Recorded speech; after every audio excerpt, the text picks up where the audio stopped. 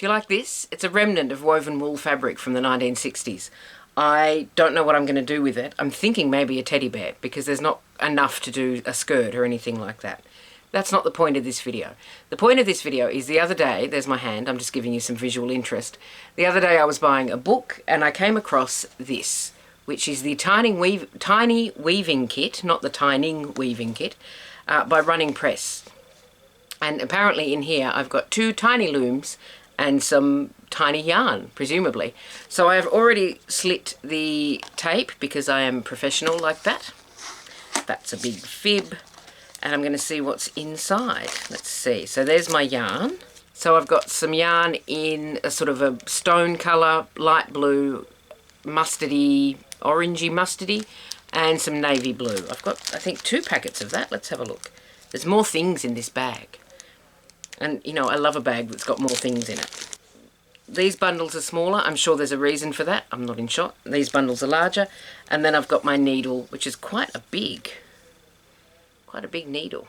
Whoops, I'm very bad at keeping things in shot, but that is the big needle. That's a very big needle. That will be handy for my grown-up sized weaving.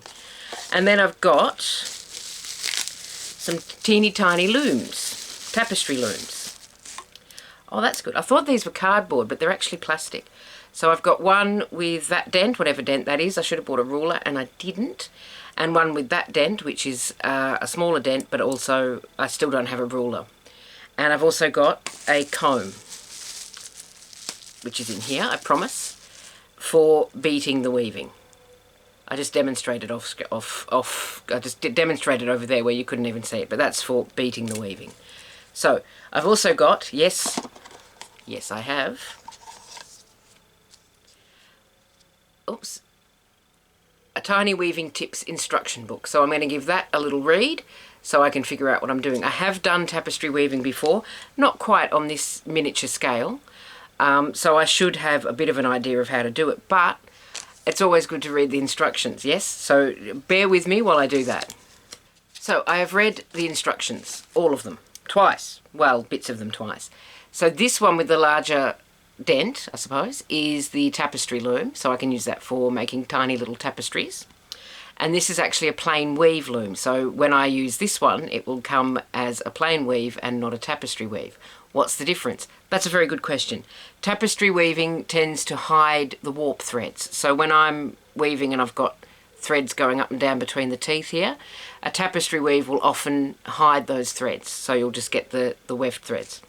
Whereas a plain weave will be a more balanced weave. So I'm going to start with my tapestry tablet, or my tapestry loom, very small. And I'm going to start with, because the other thing is, okay, that's interesting.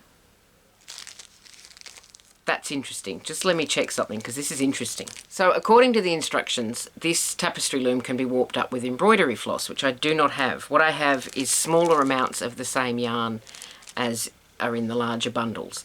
So I'm just going to use that because it will fit. It's a nice wide dent. I'm out of shot. And yes, so we'll go with that. So I'm going to warp up. What colour will I warp up with? Let's keep it neutral and warp up, if I've got enough, with this grey. That might be a little blown out, but that is warped up. I've secured at the back, which, there we go. I've secured at the back. Tension is tensiony. So, do stop me if I get technical. Alright, so I'm going to thread up some of this dark blue and do a little bit of needle weaving. Then obviously normally at this point I would use my heddle to beat that, but I don't have a heddle. I have a little tiny comb. Oops, which is caught. There we go.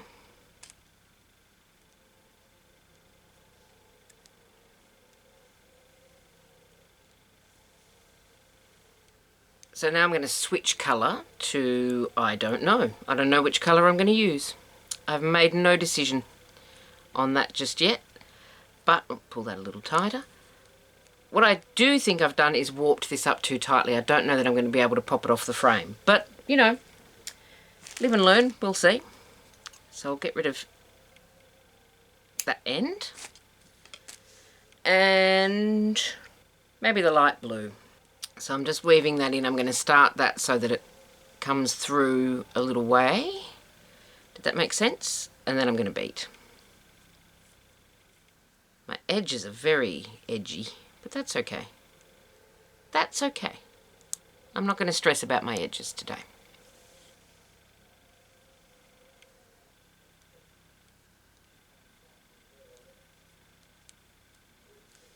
So according to the instructions, because I am at about maximum here, I don't think I can get the needle through another time. If I take this through to here, like this, come on, through you go, there you go. And then bring it back under like this, it won't all fall apart when I take it off the loom. I have my doubts, but we shall see.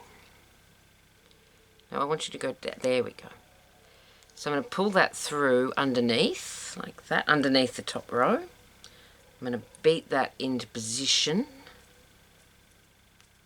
Oh, look how wonky my edge is. Okay, and then I'm going to snip this. Bubble wrap is not required at this point. Thank you, though, for your service. And then I should be able to just flick this off the loom. Oh, and I can. Look at that. So, what can be done with a tiny little tapestry? There we go. There's my tiny little tapestry. Is it in focus? I'm going to assume. It's a bit distorted if I look at it that way, but it's still distorted if you look at it the other way, so it doesn't really matter because it has drawn in a bit at the top. I don't know what I would use this for. Maybe brooches, jewellery, necklace, something like that. It was easy and fun. It was quite quick though, so what I might do is actually try the plain weave frame as well. So I'm going to warp up the plain weave one and we'll see what happens. Probably some weaving. Should always keep a tidy workspace, apparently, I'm told. I've never subscribed to that myself. So I've gone a bit fancy on that and done 2 different colours, because if you can't be fancy, then what's the point? So we'll get started with this mustard.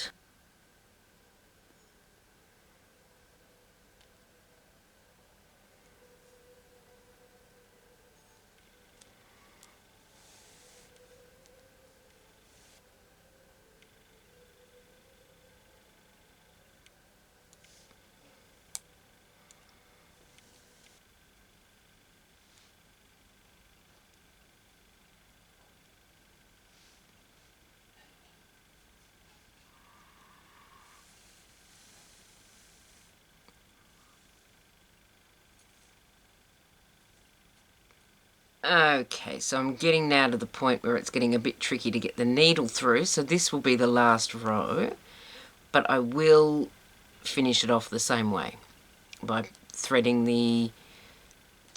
by weaving the thread, there we go, that's the words I was looking for, in underneath this top row here. It's getting tricksy, okay. Right, so before I beat that, I will weave that thread in, because I cannot get that needle through again, I don't think. I mean, I probably could if I really believed in myself, but I don't. Okay, so get rid of that. And then I will beat. It's called beating. It sounds more violent than it is. It's just putting the thread in place, really. And then I will carefully throw that to the floor. There we go.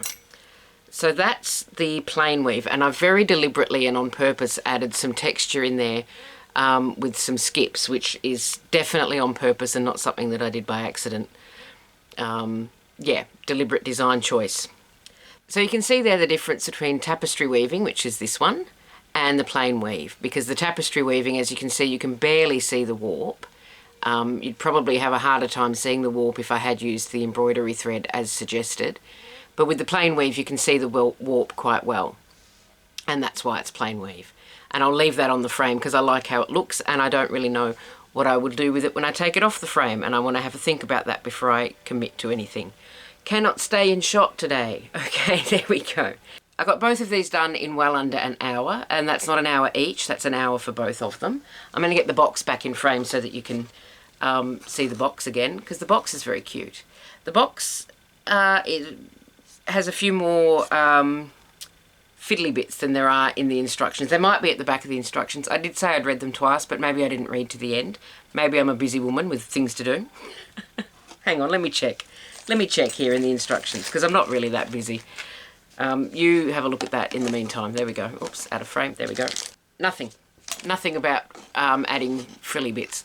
But there's a lot of improvisation and frilly bits that could be added should one have the time and the inclination. And I let's be honest, I have both.